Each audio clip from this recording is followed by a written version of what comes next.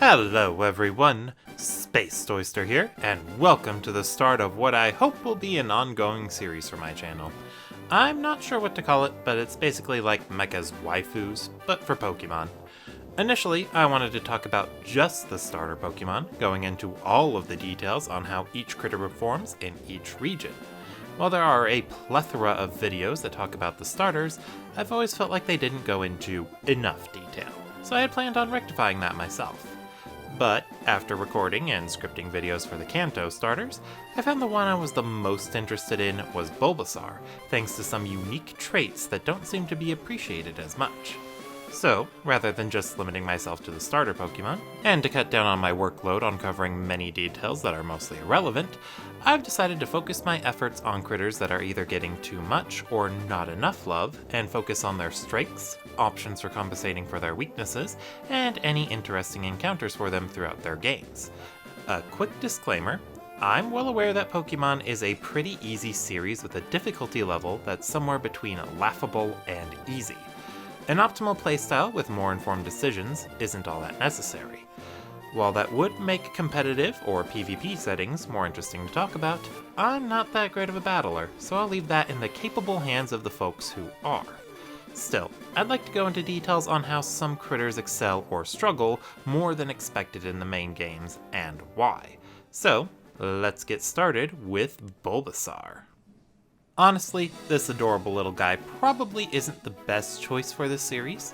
While Bulbasaur is probably the least popular of the Kanto starters, his status as the best of the three is common knowledge at this point. The most I can do is add more evidence to support his position. So let's do exactly that! Obviously, I'll be sticking to the first and third generation games where Bulbasaur has the most availability. I know he can also be used in X and Y, but Generation 6 is barely worth commenting on, at least in terms of the single-player campaign, so I don't plan on bringing it up. Anyway, Bulbasaur is half grass, half poison.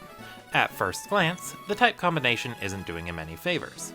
While Poison neutralizes two of Grass's weaknesses, Bug and Poison in the remakes, makes him even more resistant to Grass, and adds a Fighting-type resistance as well, it also makes him weak to Psychic, the strongest type in the game during these two generations, and one you'll have to deal with throughout the whole journey thanks to Rival using the Abra line.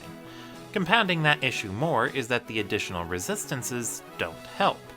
Bulbasaur will only have Grass and Normal-type moves to attack with throughout most of the game, exclusively in the originals, so even if he is up against a Poison, Grass, or Bug type, he's not going to have a lot of options, while Fighting types often have a Normal type move to fall back on and hit hard anyway.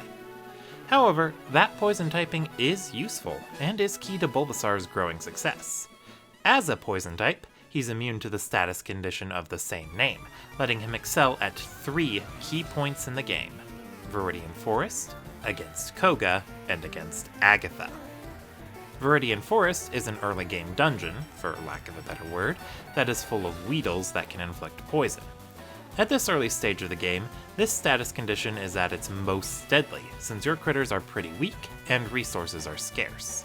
Being immune to that status condition gives Bulbasaur an edge here, since he won't need the additional time or resources to deal with poison the same way other critters will. Koga is the 5th gym leader who specializes in poison types.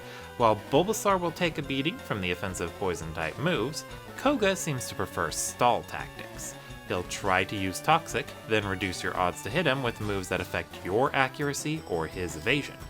Since Bulbasaur can't be poisoned, the stall game doesn't work against him, and with the move Leech Seed that the seed critter learns early on, he can turn the tables on Koga and stall him out instead. All the misses in the world don't make a difference when your opponent's health is ticking down each turn. Agatha of the Elite Four is in a similar boat. She likes to inflict status conditions, and all of her critters are part poison, so they can't be stalled out with Toxic.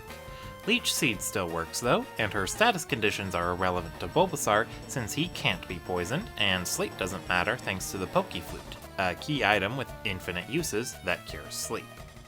As should be pretty obvious, Bulbasaur's grass typing gives him an edge against half of the gyms in Kanto, with 3 of them being the first. While he'll need to get a majority of the early game experience to learn Vine Whip for Brock, especially in the originals where he learns it at level 13, it's worth investing in Bulbasaur because of how well he does in the early parts of the game, the point where Bulbasaur, or any other starter, stand out the most. On top of that, Bulbasaur also reaches his final form at the low level of 32, making the experience an even more worthwhile investment. There are 2 battles where Bulbasaur will struggle with before getting the 3rd badge though, the battles against Rival in Cerulean City and on the SS Anne. While Bulbasaur will struggle to compensate for these encounters on his own, he's got some easily accessible options to deal with his weaknesses before then. In Mount Moon, you can catch a Geodude. Rock is a near-perfect complement to grass types, hitting all but one of their weaknesses for super effective damage, so it's a great addition to Bulbasaur's roster. The only things Geodude can't handle are ice types, since it's weak to them as well, and they're usually part water, as well as psychic. Fortunately, that psychic weakness doesn't come up in Cerulean, so Geodude can handle Rival's problematic Pidgeotto and Charmander in that battle. He does tend to fall off later on due to his low special defense, but by that point it's easy to replace him with a water type that can deal with fire better. Then, before getting on the SS Anne, the player can get their hands on one of 3 psychic types, Abra, Drowsy, or Mr. Mime. A Psychic-type teammate is useful since it's the only available type at this point that can resist Psychic. Drowsy is the best option of these 3 because it has a not terrible attack stat to hit other Psychic types with, learns the decent Normal-type move Headbutt to use that attack stat with, and has a good enough special defense to take Psychic-type damage well.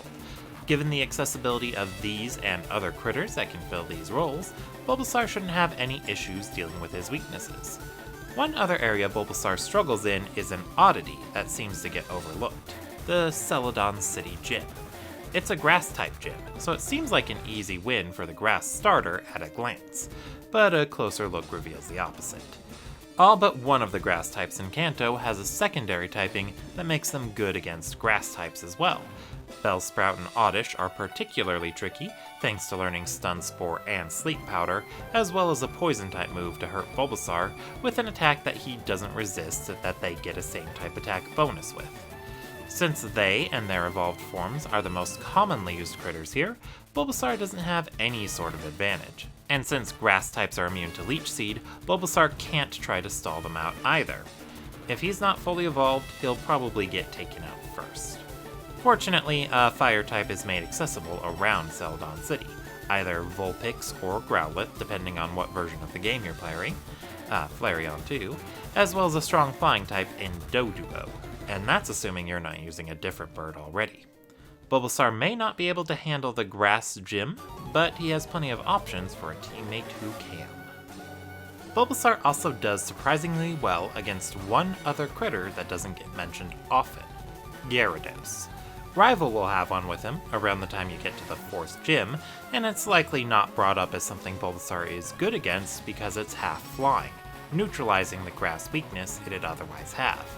However, with Rival's usually poor movesets, Gyarados can't deal with Bulbasaur, at least not fast enough to avoid getting seeded. If you can get in Poison Powder or Toxic as well, it'll fold quickly enough. Lastly, in the original games only, the poor AI can be exploited to give Bulbasaur a few more easy victories. If a trainer has smart AI, like Lance of the Elite Four, then they'll use moves of a super effective type exclusively, regardless of what that move does.